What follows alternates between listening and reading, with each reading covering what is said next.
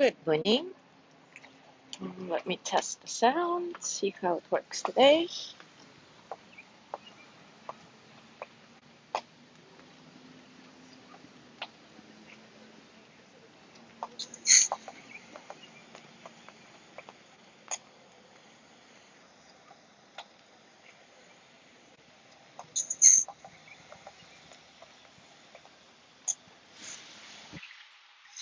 Good morning. Can't hear myself. Hello.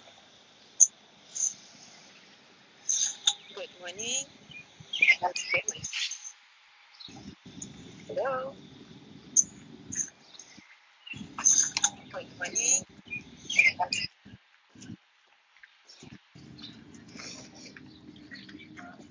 Okay, it looks like the sound is good. So that's perfect. Ah, look, they're doing something, renewing the court. Nice. Morning, Mariella. Mariella, can you please do me a favor and tag some people like Gina and Cherry? And you can see who I usually tag in other posts. For some reason, I cannot do it today. If you have a chance, of course.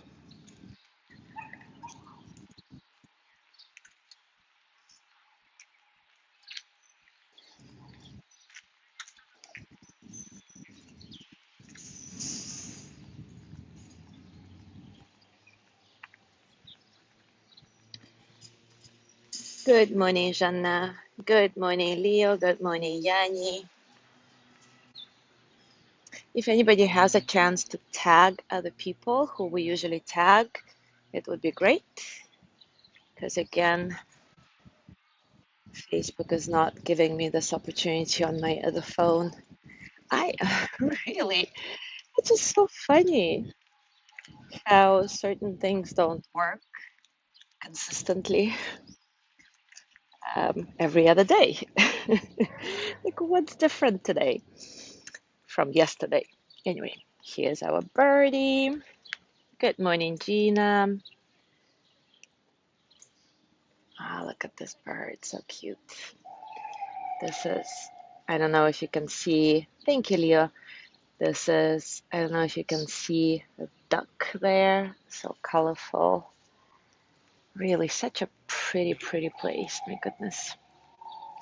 I'm gonna miss it when I come back. Not that my view is any worse, but still. I will definitely miss this weather. It's so nice right now. It's about 70 degrees, just perfect. Good morning, Jean. Okay, I'm gonna sit here.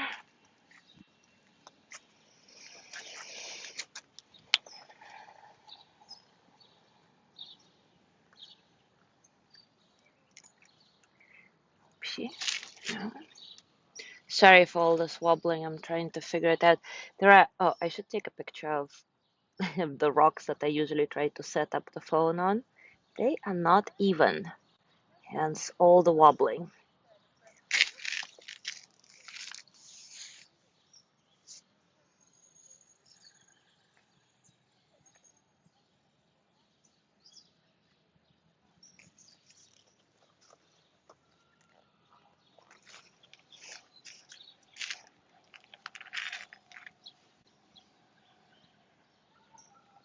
All right, it is time for us to start. And let's talk about triggers some more today. You probably heard the expression, life is a mirror, or that another person, whoever you meet on your path, usually reflects, usually mirrors you.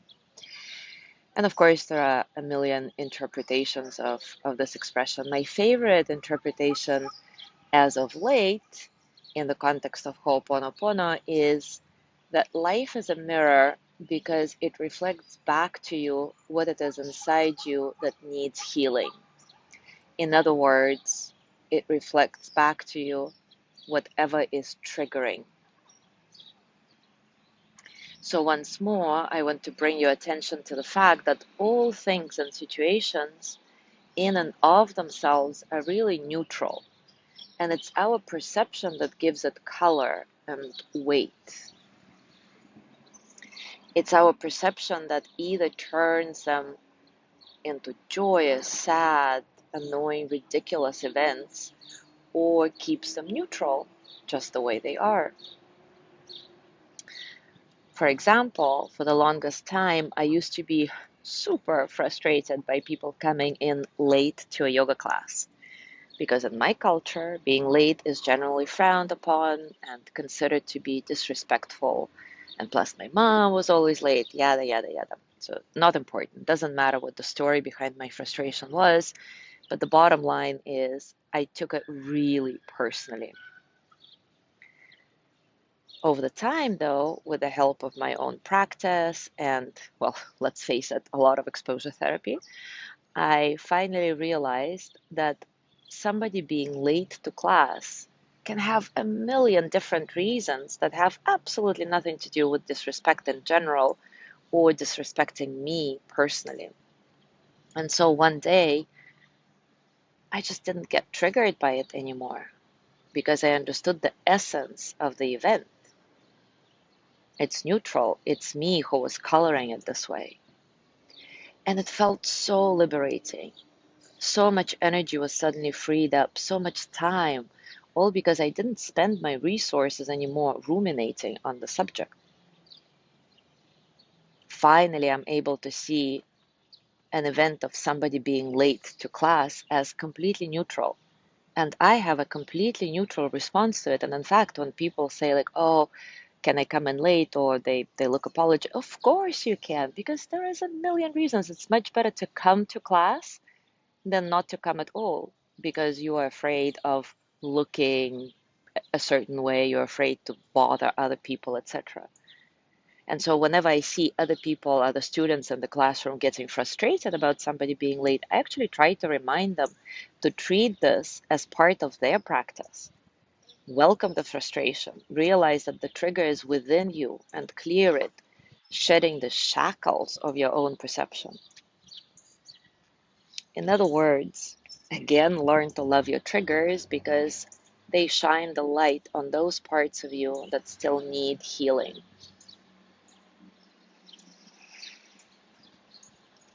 Let's explore this together. Take a comfortable position, and as always, take a few moments to acknowledge all the circumstances of your practice, starting with the external circumstances.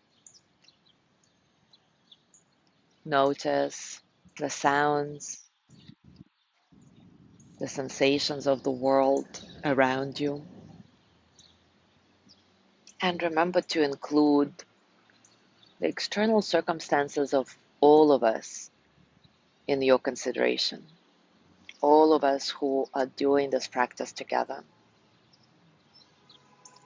sharing all that is, sharing this experience.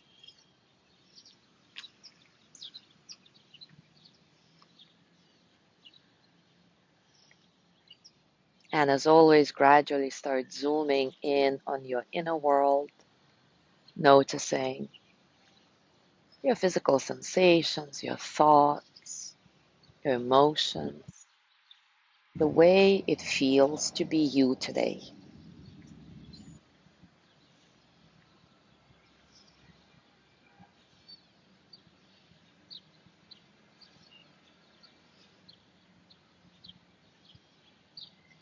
Allow your breath to be soft and easy without forcing.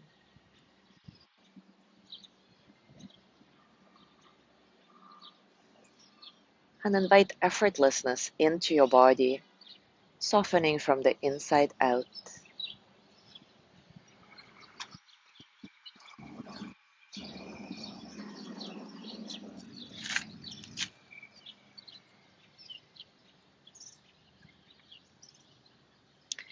Before we go into our individual exploration of triggers, let's do the Ho'oponopono verse three times together to amplify the energy. And as we do this, hold in mind whoever needs healing, physical, emotional, mental, spiritual. And collectively, we continue to hold Pascal's dad in our dedication.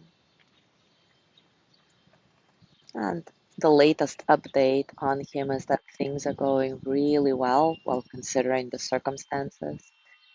And now it's up to him to wake up, gradually, slowly, taking his time. So things are looking up. As always, I'm going to repeat the verse three times, taking pauses in between the lines so that we can say them all together. I am sorry. Please forgive me. Thank you. I love you. I am sorry. Please forgive me. Thank you. I love you. I am sorry. Please forgive me. Thank you. I love you. And now bring to mind whatever has been triggering you lately, or maybe your lifelong trigger, like the one I shared with you from my experience about somebody being late to a class or wherever. And feel whatever you feel in relation to that situation, to that trigger. Don't try to push it away. Don't try to rationalize or justify.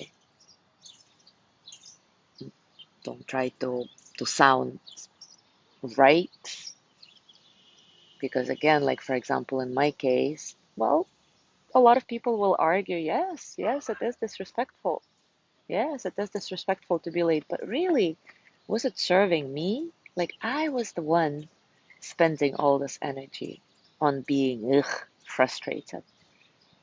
So don't worry about all the stories and all the cultural concepts about it, constructs. Just feel the feeling behind the trigger and repeat the Ho'oponopono verse over and over and over again. Your forgiveness mantra. I am sorry. Please forgive me. Thank you. I love you. I'll be silent for a few minutes to give you space for your own experience.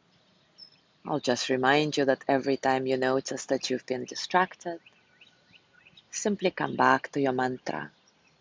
Come back to feeling the feels behind your trigger without over-analyzing anything. Simply be in the physical sensation of it, in the emotion of it, repeating the mantra.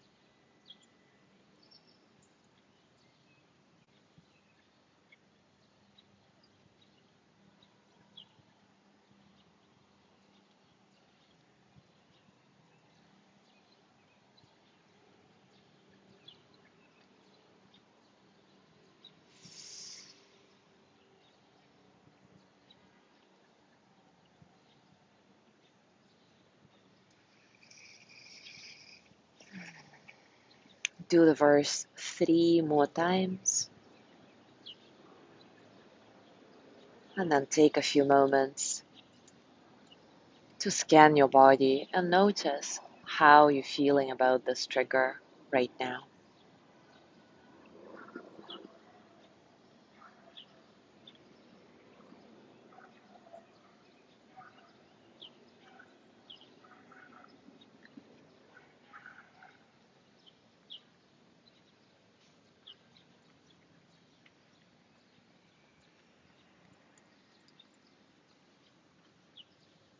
And perhaps you'll notice that nothing has changed and you are as frustrated, sad, angry, or whatever your emotion is behind it.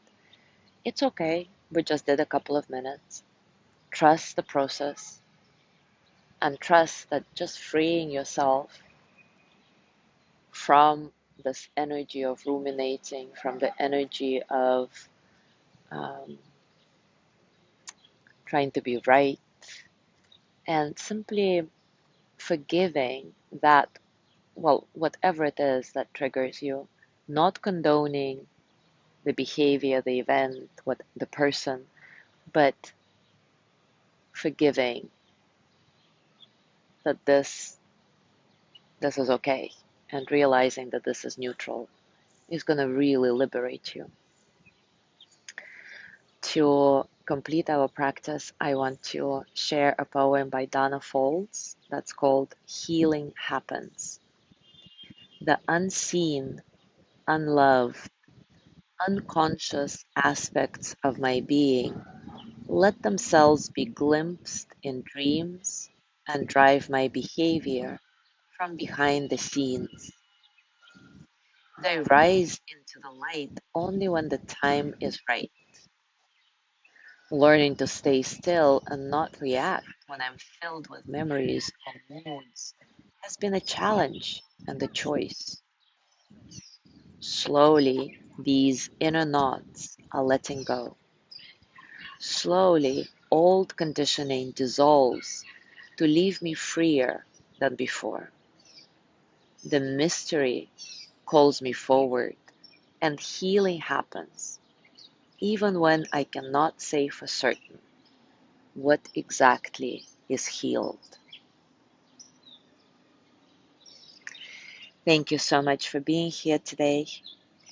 Have a beautiful day, and I will see you tomorrow. Ooh, and I want to show you the rocks that I'm always trying to prop my phone on. Not an easy task.